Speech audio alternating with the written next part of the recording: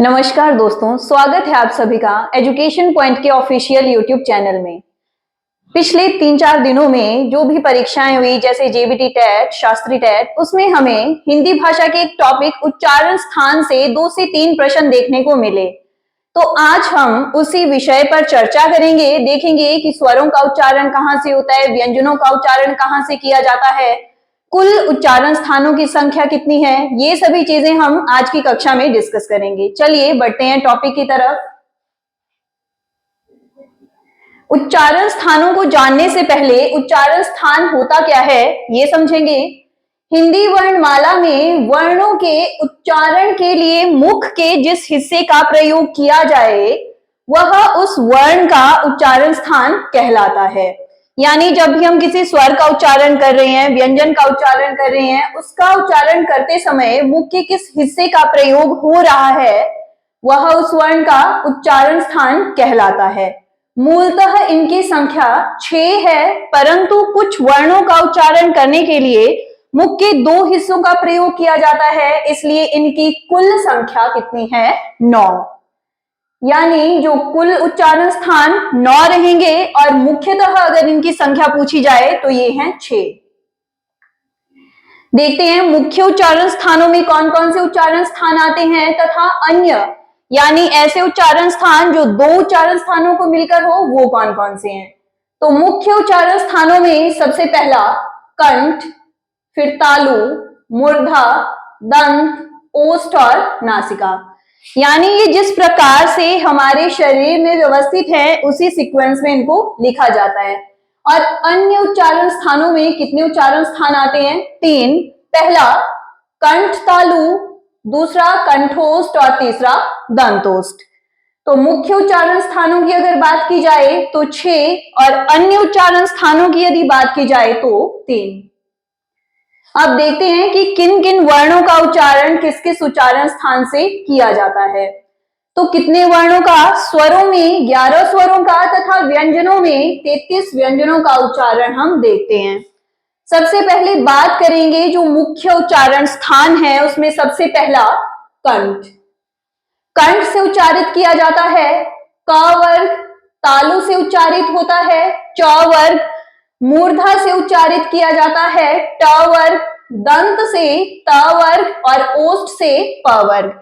यानी जिस प्रकार से इन्हें वर्णमाला में लिखा जाता है क, च, ट, त और प, उसी वर्णमाला के अनुसार ही इनका उच्चारण स्थान भी उसी क्रम में है। क से क वर्ग, कंठ से च वर्ग, तालु से ट वर्ग, मूर्धा, त वर्ग, दंत और प वर्ग ओष्ठ।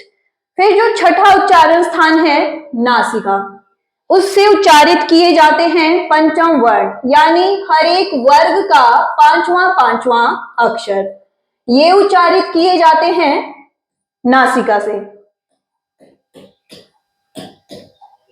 इसके साथ साथ जो हमारे पास अनुस्वार है वो भी कहां से उच्चारित किए जाएंगे? नासिका से।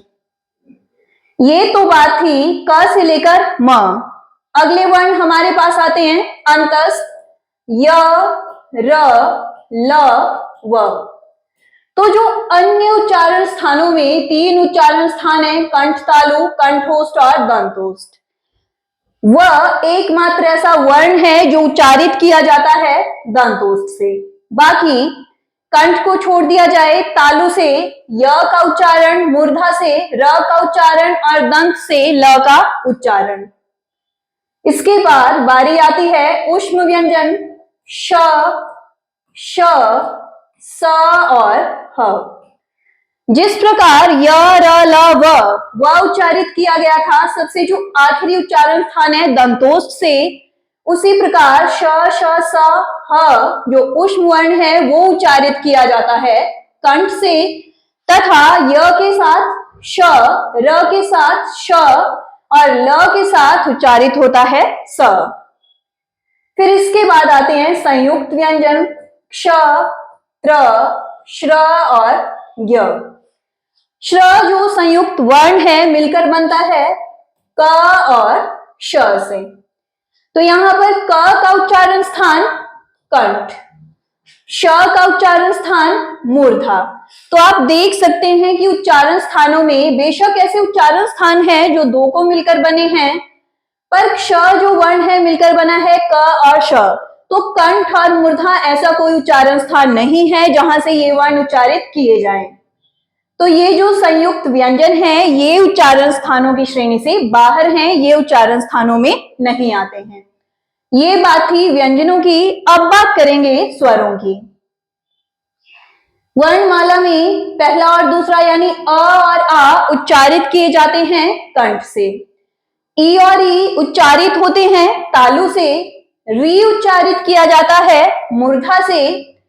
उ और उ का उच्चारण होता है ओष्ठ से। अब आप देख सकते हो कि लगभग सभी उच्चारण स्थानों से चाहे एक वर्ण उच्चारित हो रहा है चाहे दो, सभी में कोई ना कोई वर्ण आ ही रहे हैं। दो ही उच्चारण स्थान खाली है जहां से एक भी वर्ण उच्चारित नहीं किया गया है अभी तक। तो जो चार स्वर हमारे पास बचते हैं ए ओ और अ, इनमें मुख्य रूल है ओष्ठ का, तो ये कहां से उच्चारित होते हैं? कंठोष्ठ से। बाकी के जो दो वर्ण रह गए, दो स्वर ए और ए उच्चारित किए जाते हैं कंठ तालु से। तो व्यंजनों में क च ट त प कंठ तालु मूर्धा दंत और ओष्ठ इसी सीक्वेंस में ये लिखे जाते हैं। नासिका से पंचम वर्ण उसके साथ अनुस्वार। फिर य र ल व उच्चारित होता है दंतोष्ठ से। ऊष्म वर्णों में ह उच्चारित कंठ से, बाकी य र ल के साथ ही श श और स। स्वरों में आ उच्चारित होते हैं कंठ से। ई उच्चारित होते हैं तालु से। री का उच्चारण स्थान मूर्धा। उ और उ ओष्ठ। ए कंठ तालु। ओ और अ कंठोष्ठ। यहां पर एक चित्र की सहायता से भी आप देख सकते हैं कि कौन कौन सा उच्चारण स्थान शरीर में कहां व्यवस्थित है तथा उनसे किन किन वर्णों का उच्चारण किया जाता है। सबसे पहले हमने देखा था कंठ। कंठ से उच्चारित क वर्ग, ह, अ और आ। उसके बाद हमने देखा था तालु, जिसको तालव्य भी लिखा गया है, च वर्ग, य, श, ई और ई। उसके बाद हमने देखा था मूर्धा, ट वर्ग, री और र और श। और इसी प्रकार जो भी हमने उच्चारण स्थान देखे थे, तो आप देख सकते हैं कि ये शरीर में कहां कहां व्यवस्थित हैं। तो ये था उच्चारण स्थान। इससे संबंधित हम कुछ एक प्रश्न इसके पार्ट 2 में करेंगे। यदि आपको वीडियो अच्छी लगी हो तो सब्सक्राइब करें हमारे एजुकेशन पॉइंट मंडी के यूट्यूब चैनल को, तथा आप जो भी बच्चे पुलिस की तैयारी कर रहे हैं वो ऑनलाइन और ऑफलाइन दोनों प्रकार की क्वेरीज के लिए विजिट करें हमारे एजुकेशन पॉइंट एकेडमी में। Thank you.